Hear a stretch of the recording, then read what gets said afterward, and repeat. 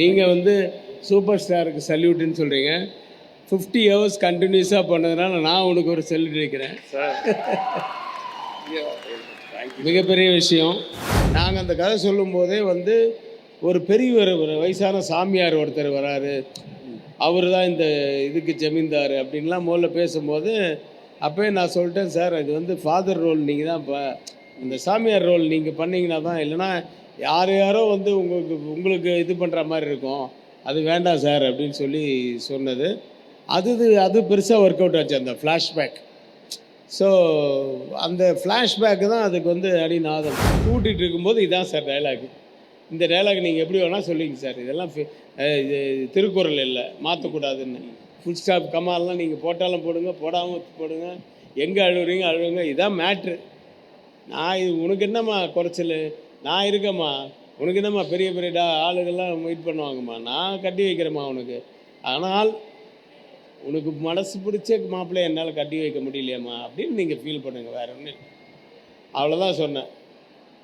அந்த சீன் வந்து இன்னி வரைக்கும் அது பார்த்தீங்கன்னா ஆடியன்ஸ் பார்த்தீங்கன்னா கண் கலங்குவோம். அவர் ஸ்டைல் மன்னன் எல்லாருக்குமே தெரியும். மாஸ் வந்து மைண்டில் வச்சுப்பார். எப்படி கமல் சார் வந்து கிளாஸ் மைண்டில் வச்சுருக்காரோ அதே மாதிரி ரஜினி சார் வந்து மாஸ், அவர் மைண்டில் எப்போவுமே அந்த மாஸ் மட்டும் ஓடிட்டே இருக்கும். Sunfeast Super Egg and Milk Biscuits presents Black Sheep Superstar to Salute. World Record Tribute by RJ Vignesh. Title sponsor Sunfeast Super Egg and Milk Biscuits. Super combo, super tasty. Presented by Super Saravana Stores, Super Store of Shopping World. Milky Mist Premium Dairy Products மற்றும் Saram Group of Institutions. Powered by Skin Envy, Skin Care Clinic. Experience world-class treatments at affordable price. Vijaya Optical House for the love of luxury மற்றும் SVS. டேஸ்டியான பலகாரங்களுக்கு SVS மாவு வகைகள். Electronics partner Chroma, Tata Enterprise. Biryani partner Toppi Papa Biryani. Beverage partner Coca-Cola. Venue partner Alpa Sky One.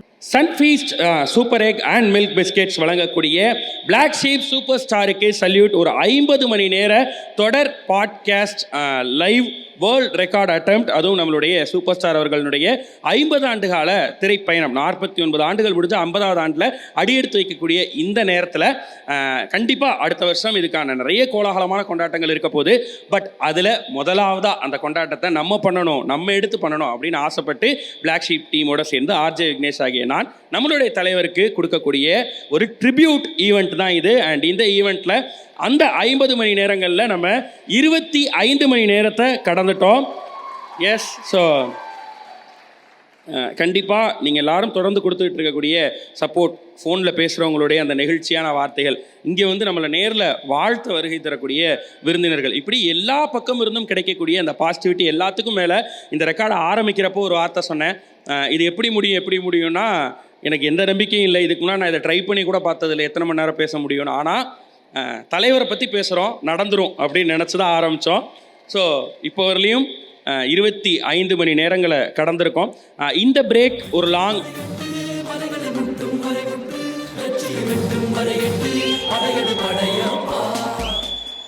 Thank you DJ Manoj அவர்களே. And இன்னும் நிறைய பயணிக்க போகிறோம், நிறைய பேச போகிறோம். சூப்பர் ஸ்டார் அவர்களை பற்றி இன்னும் எடுத்து வச்சதில் பேசாமல் இருக்கிறது எக்கச்சக்க பக்கங்கள் காத்துக்கிட்டு இருக்கு. பட் அவரோட ரொம்ப நெருங்கிய வட்டத்திலிருந்து இப்போ வந்திருக்கக்கூடிய ஒரு ஜாம்பவான் அவர் தான் அடுத்து இந்த மேடைக்கு வந்து நம்மளை வாழ்த்துறதுக்காக காத்துக்கிட்டு இருக்கார். பிரேக்குக்கு முன்னாடியே பெரிய ரிக்வெஸ்ட் பண்ணிட்டு போய் பிரேக் எடுத்துகிட்டு வந்தேன். ஏன்னா சாருக்கு இங்கே ஆக்சுவலாக அந்த வீடியோ பார்த்துட்டு இருக்கவங்களுக்கும் இது ஒரு பெரிய பிரேக்காக தெரிஞ்சதுன்னா அதை நான் எக்ஸ்பிளைன் பண்ணிடுறேன். வேர்ல்டு ரெக்கார்ட் யூனியனுடைய ரூல்ஸ் படி அவங்க 1 மணி நேரத்துக்கு நம்ம 5 நிமிஷம் பிரேக் எடுக்கிறதுக்கான பெர்மிஷன் கொடுத்துருக்காங்க. நம்ம அதை அக்யூமுலேட் பண்ணியும் எடுத்துக்கலாம். 3 மணி நேரத்துக்கு 15 நிமிஷம், 6 மணி நேரத்துக்கு 30 நிமிஷம், அந்த மாதிரி. ஸோ நான் அதில் 12 மணி நேரம், லாஸ்ட் 12 மணி நேரம், காலைல 6:15 ஆரம்பிச்சு இந்த 12 மணி நேரம் வரலையும் நம்ம பிரேக் இல்லாமல் போனோம். ஸோ அந்த 12 மணி நேரத்துக்கு சேர்த்து நம்ம 1 மணி நேரம் பிரேக் எடுத்துக்கலாம். பட் இப்போ நம்ம 45 மினிட்ஸ் எடுத்துகிட்டு அகைன் கண்டினியூ பண்ணுறோம், இன்னொரு 15 மினிட்ஸை சேவ் பண்ணிவிட்டு.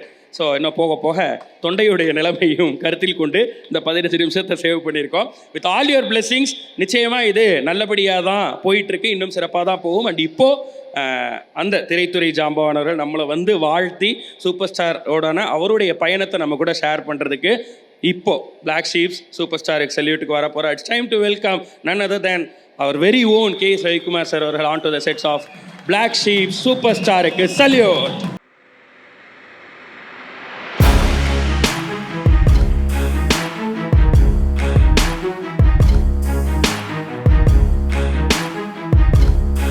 S sir. So Black Sheep super ஸ்டாருக்கு சல்யூட். ஒரு 50 மணி நேரம் சூப்பர் ஸ்டாரை பற்றி பேச போகிறோம் அப்படின்ட்டு நாங்கள் டேட்டாலாம் கலெக்ட் பண்ணும்போது சார் அவருடைய எக்கச்சக்கமான பக்கங்களில் அடிக்கடி குறிப்பிடப்படுற பேர் கே.எஸ். ரவிக்குமார் சார். ஸோ ஒரு லெஜெண்டரி டைரக்டர் அப்படின்ற அந்தஸ்தை தாண்டி அவரோட ஒரு நட்புறவு, அவர் எப்படியோ அப்படியே தான் நீங்களும் மனசில் பட்டதை அப்படியே பட்டவர்த்தனமாக உண்டு இல்லை எஸ் நோன்னு. முதல்ல வாழ்த்து சொல்லிடுறேன் சார். உன் பிறந்தநாள் வாழ்த்துக்கள் சார். விக்னேஷ்னா உன் பேர்? ஆமாம் சார். விக்னேஷ்னா விநாயகர் தானே? விநாயகர் சதுர்த்தி அன்றுனா விநாயகருக்கு பிறந்தநாள் தானே. ஸோ உனக்கு என்னுடைய பிறந்தநாள் வாழ்த்துக்கள். நீங்கள் வந்து சூப்பர் ஸ்டாருக்கு சல்யூட்டுன்னு சொல்கிறீங்க. 50 ஹவர்ஸ் கண்டினியூஸாக பண்ணதுனால நான் உனக்கு ஒரு சல்யூட் வைக்கிறேன் சார். மிகப்பெரிய விஷயம். தூங்காமல் கொள்ள 50 மணி நேரம் இல்லாதெல்லாம் யோசிச்சு பார்க்க முடியல. ஆனால் நாங்கள் ஷூட்டிங்கில் பண்ணும்போது கண்டினியூஸாக பண்ணுவோம். அது வந்து இப்படியெல்லாம் உட்காந்து பண்ணால் தூக்கம் வந்துடும். கண்டினியூஸாக 7 நாள் விடாமல் நான், அஜித்து அண்டு கனல் கண்ணன் 3 பேரும், அப்புறம் ப்ளஸ் யூனிட், எங்கள் unit assistant director, stunt master எல்லாமே வரலாறு படத்துக்காக 7 நாள் ஒர்க் பண்ணோம். இதில் என்னென்னா triple role, action sequence, scene எல்லாம் இருக்குது. நான் 14 நாள் 15 நாள் கேட்டேன். 7 நாள் தான் சார் இருக்குது, 7 நாளில் முடிச்சிருங்க தயவுசெய்து அப்படின்னு அடிச்சு சொன்னாப்புல. 7 நாள் அப்படின்னு நான் டே அண்ட் நைட் பண்ணுறேன் அப்படின்னு. விடாமல் பண்ணுறியான்னா பண்ணுறேன்னு சொன்னான். ஒரு ஹீரோவே பண்ணுறேன்னு சொல்லும்போது நம்ம எப்படி பண்ணாமல் இருக்க முடியும் அப்படின்ட்டு அந்த வரலாறு படத்துக்கு நம்ம அந்த விஜிபியில் செட்டு போட்டு அதில் கண்டினியூஸாக ஒர்க் பண்ணோம். என்னென்னா பகல் பூரா நான் சீன் எடுப்பேன், நைட்டு வந்து கனல் கண்ணன் அவன் ஹைதராபாத்தில் வந்து வேறு ஒரு படம் ஷூட்டிங்கில் ஃபைட் பண்ணிவிட்டு அங்கேருந்து ஈவினிங் ஃப்ளைட்டில் வருவான். ஈவினிங் ஃப்ளைட் வந்து நைட்டு பூரா அவன் ஃபைட் பண்ணுவான். ஃபைட் பண்ணும்போது கூட ட்ரிபிள் ரோலு நடுநடுவில் டைலாக்ஸ் இருக்கிறதுனால நானும் உட்காந்து பண்ணணும். அதை முடிச்சுட்டு காலம்புற ஃப்ளைட்டில் அவன் போவான். நானும் அஜித்தும் வீட்டுக்கு போய் குளிச்சுட்டு வந்துடுவோம்.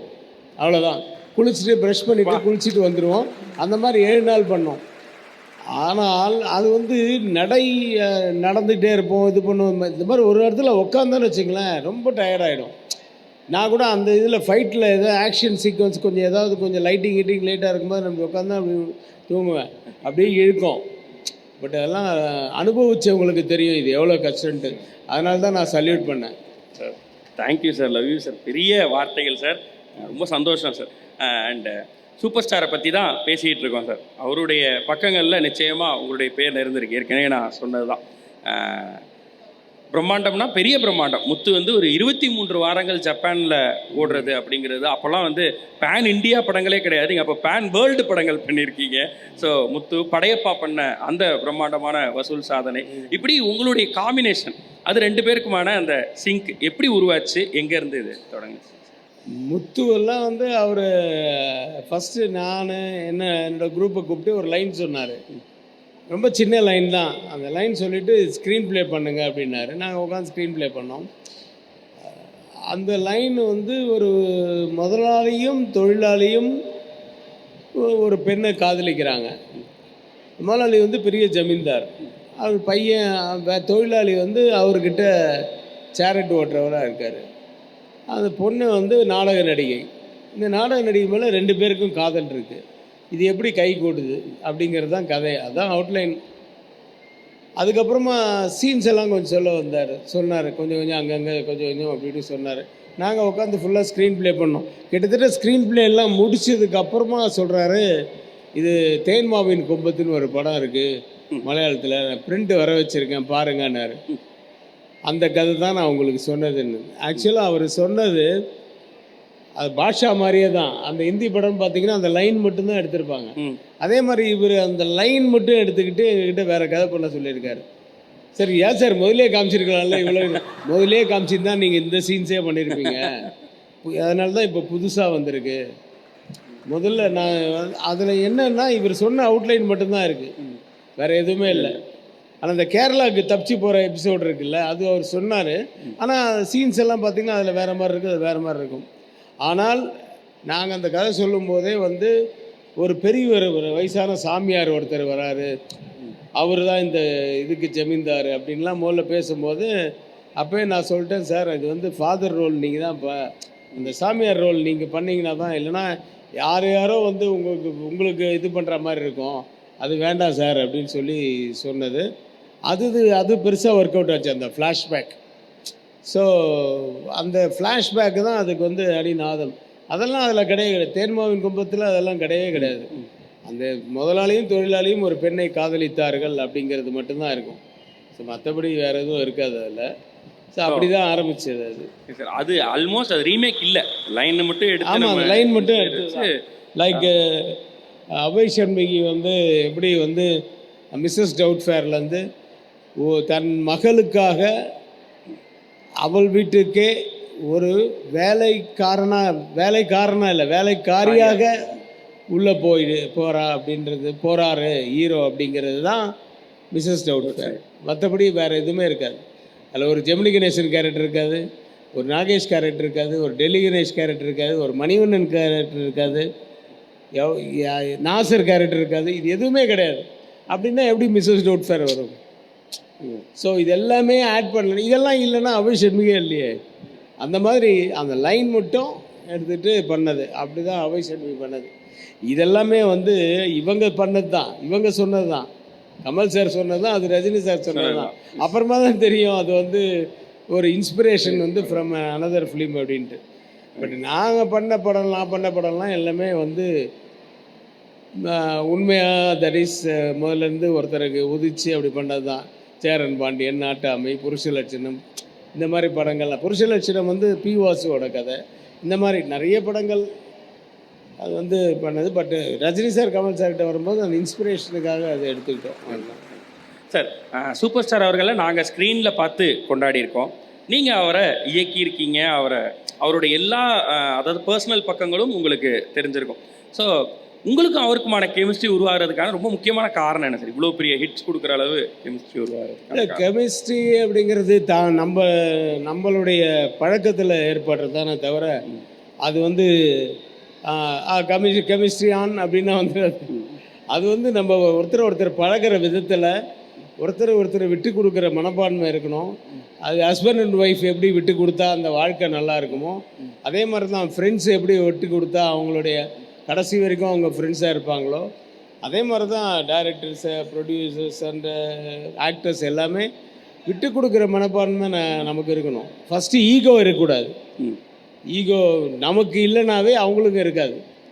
நமக்கு ஈகோ இவன் ஈகோவே பார்க்கல, அது அந்த விஷயத்தை ஒத்துக்கிட்டான், இப்போ நம்ம எதுக்கு ஈகோ பார்க்கணுன்னு அவங்களுக்கு தோணணும். அந்த அளவுக்கு நமக்கு இருக்கணும். நமக்கு ஈகோவே இருக்கக்கூடாது. ஈகோ இருந்ததுன்னா அது எங்கேயுமே வேலைக்கு ஆகாது. அதே நேரத்தில் நமக்கு என்ன தேவையோ அதை கேட்டு வாங்கக்கூடிய அது வந்து ஒரு டாக்டிக்ஸ்ன்னு சொல்லுவாங்கள்ல, அந்த திறமை வேணும். அது வந்து ஒரு டாக்டிக்ஸ். அதாவது அது வந்து ஒரு மேஜிக் மாதிரி பண்ணணும். அது ஒருத்தர் நல்லா ஸ்டடி பண்ணிட்டாவே அது வந்துடும். இவங்களுக்கு இப்படி பண்ணால் பிடிக்காது, ஸோ அப்படி பண்ணாமல் வேறு வகையில் எப்படி பண்ணுறது அப்படின்ட்டு.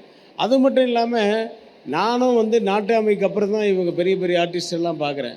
ஸோ அவங்களுக்கும் தெரியும் இவன் வந்து எஸ்டாப்ளிஷ் ஆகிட்டு தான் இங்கே வந்திருக்கான், அதனால் நம்ம ரொம்ப டீக்ரேட் பண்ணக்கூடாதுன்னு தெரியும். அவன் சொல்கிறது கேட்கக்கூடாதுன்னா அவங்க படமே பண்ண மாட்டாங்க. ஸோ நாட்டாமை பார்த்தார். அவர் பார்த்துட்டு கட்டுப்பிடிச்சி டைட்டாக கட்டிப்பிடிச்சி என்ன படம் எனக்கு தெலுங்கு வேணும் அப்படின்னாரு. அவருக்கு தான் தெலுங்கு கொடுத்தாரு சௌத்ரி சார்.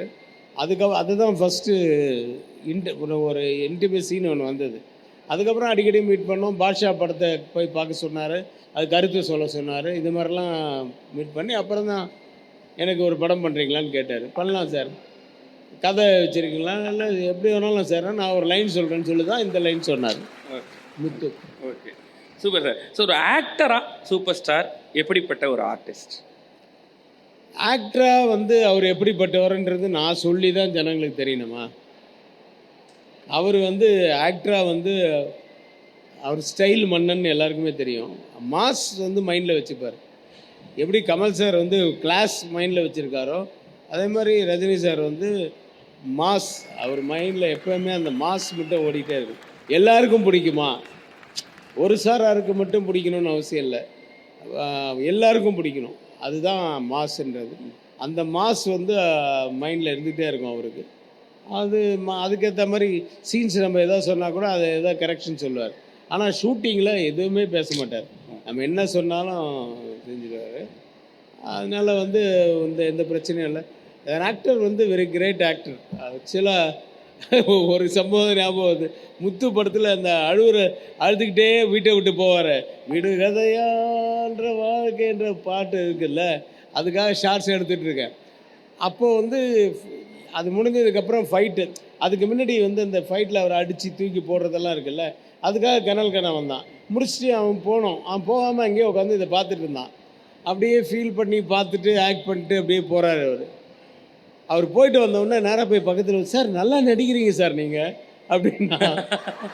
உடனே என்னை கூப்பிட்டாரு, இங்கே வாங்க ரவி சார், இங்கே வாங்க, கேமராமேன் இங்கே வாங்க, ப்ரொடியூசர் இங்கே வாங்க, எல்லாம் உட்காருங்க. கனல் கண்ணை வந்து எனக்கு 25 வருஷம் ஆச்சு நான் சினி ஃபீல்டுக்கு வந்து. கனல் கண்ணை இப்போ சொல்கிறான் நீங்கள் நல்லா நடிக்கிறீங்கன்னு. அது வந்து கூப்பிட்டு வந்து பெருசாக கலாட்டம் பண்ண, சார் உண்மையாக தோணுச்சு சார் அப்படின்னு. அதுதான் அந்த கல்மிஷம் இல்லாமல் அவனுக்கு தோணுனது. அதாவது எங்கே எப்படி பண்ணணும் அப்படின்னு அவர் ஒரு மீட்ரு வச்சுருப்பார். அந்த மீட்டருக்கு மட்டும் அவர் பண்ணுவார். நம்ம சிலதெல்லாம் வந்து நான் சொல்லுவேன், சார் இந்த சீன் இப்படி பண்ணாங்க, நான் கமல் படம் பண்ணிவிட்டு வந்துட்டு நீங்கள் உடனே நீங்கள் அந்த சீன்லாம் எனக்கு சொல்லக்கூடாதுன்னுவார். நான் இங்கே வந்தோடனே கமல் சார் ஷூட்டிங்கில் வந்தோடனே, சார் அப்படி கோவமாக அப்படி பார்க்குறீங்க சார்னு. ரஜினி படம் ஷூட்டிங் போயிட்டு வந்து நீ ஒன்றே அதே மாதிரி திரும்ப சொல்லக்கூடாது. ஸோ இது எனக்கு அடிக்கடி நடந்துருக்கு. கிட்டத்தட்ட இவருக்கு 5 படம் அவருக்கு 4 படம் பண்ணும்போது மாறி பண்ணும்போது எனக்கு அது வரும். அதனால் அவங்களுக்கு எது ப்ளஸ்ஸு அவங்களுக்கு எது மைனஸ் அப்படிங்கிறது 2 பேருக்குமே தெரியும். ஸோ ரஜினி சாருக்கு அவருடைய ப்ளஸ்ஸும் தெரியும், மைனஸும் தெரியும். ஆனால் அதை மீறி சில இடத்துல இல்லை சார் இந்த சீன் நீங்கள் பண்ணால் நல்லா இருக்கும், கன்ஃபார்மாக ஆடியன்ஸுக்கு ரொம்ப பிடிக்கும், ஏன்னா நீங்கள் வந்து மாஸு ஸ்டைலாக பண்ணுறவர், ஆக்ஷன் ஹீரோ எல்லாம் இருந்து கூட உங்கள் லைட்டாக உங்கள் கண்ணு கலங்கினாவே ஆடியன்ஸ் அழுதுருவாங்க, அதனால் இந்த சீன் பண்ணுங்கன்னு சொன்னது தான் அந்த சித்தராவுக்கு சாப்பாடு ஊட்டுற சீன் படையப்பால். அது முதல்ல பண்ணவே மாட்டேன்னாரு, பிடிவாதம் பண்ணார். சிங்கிள் ஷாட்டு சார், நேச்சுரலாக உங்கள் பொண்ணுக்கு நீங்கள் ஊட்டுற மாதிரி ஊட்டுங்க சார். ஊட்டிகிட்டு இருக்கும்போது இதான் சார் டைலாக், இந்த டைலாக் நீங்கள் எப்படி வேணால் சொல்லிங்க சார், இதெல்லாம் இது திருக்குறள் இல்லை, மாற்றக்கூடாதுன்னு. ஃபுல் ஸ்டாப் கமால்லாம் நீங்கள் போட்டாலும் போடுங்க, போடாமல் போடுங்க, எங்கே அழுவுங்க, இதான் மேட்ரு.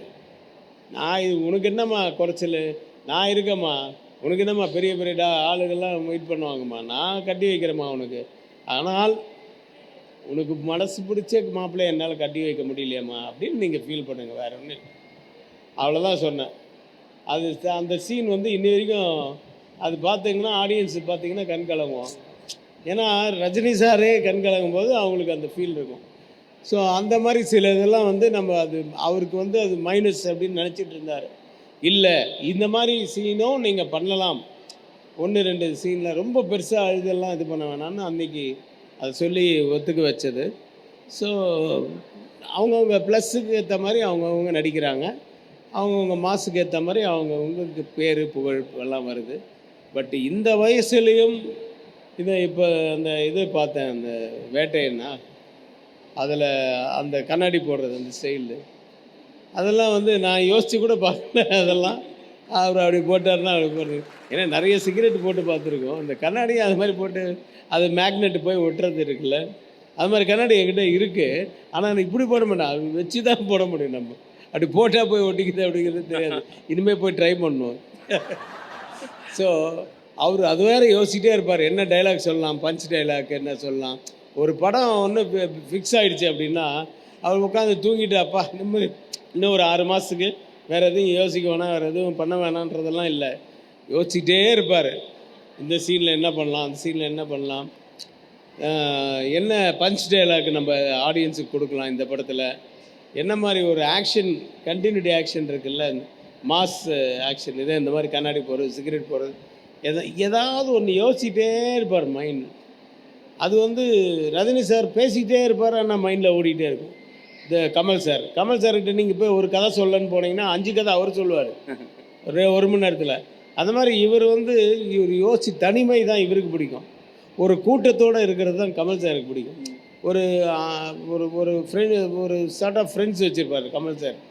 இவருக்கு தனிமை தான் பிடிக்கும், எப்போவுமே அந்த லோன்லினஸ் அதுதான் அவருக்கு ரொம்ப பிடிக்கும். ரஜினி சார் அங்கே தான் அவர் யோசிப்பார். அவர் கண்ணாடியில் அவரை பார்த்து திட்டுவார், கண்ணாடியில் பார்த்து, என்னடா நீ எல்லாம் ஒன்று நடிக்க அப்படின்ட்டு செஞ்சு பார்ப்பார். செஞ்சு பார்த்துட்டு திட்டுவார். இதெல்லாம் நான் மறைஞ்சிருந்து பார்த்துருக்கேன். அதெல்லாம் அனுபவம் நிறைய இருக்குது.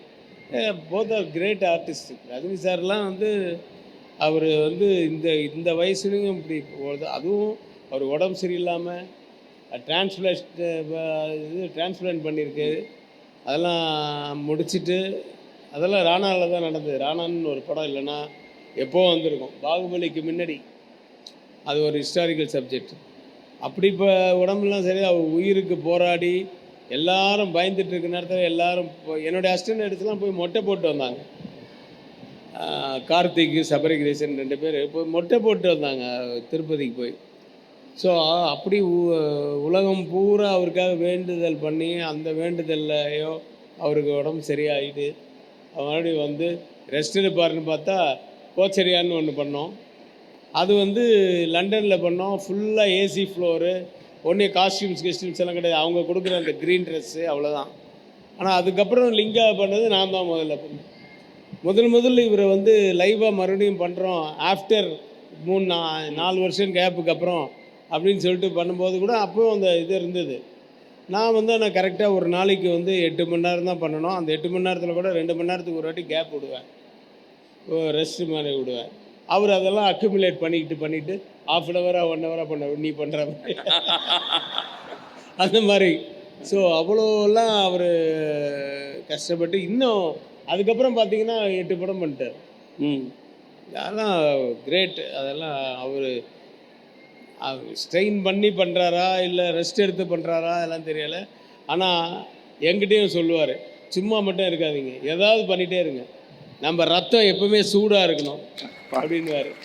நம்ம ரத்தம் சூடாக இருந்ததுனா தான் நம்ம லைவாக இருக்கும். நமக்கு சும்மா மட்டும் உட்காந்தா சீக்கிரம் வயசாகிடும். நம்ம ஏதாவது ஓடிக்கிட்டே இருக்கணும் மைண்டில், அப்போ ரத்தம் சூடாக இருக்கும். அப்போ அதுவே நமக்கு வந்து லைஃப்பை வந்து கொண்டு போயிடும் அப்படின்வார். அதே மாதிரி இவர் வந்து நோ பெயின் நோ கெயின் சொல்லுவார் கமல் சார். இது ரெண்டும் கேட்டு தான் நான் வளர்ந்துட்டுருக்கேன். நான் வந்து ஒரு சைடில் நடிச்சிட்டு இருக்கேன், ஒரு சைடில் ப்ரொடக்ஷன் பண்ணுறேன், ஒரு சைடில் அதர் லாங்குவேஜில் டைரக்ஷன் பண்ணுறேன். இப்படி போகுதுன்னா காரணம் இந்த அட்வைஸ் தான். நோ பெயின் நோ கெயின், ரத்தம் சூடாக இருக்கணும். அப்பா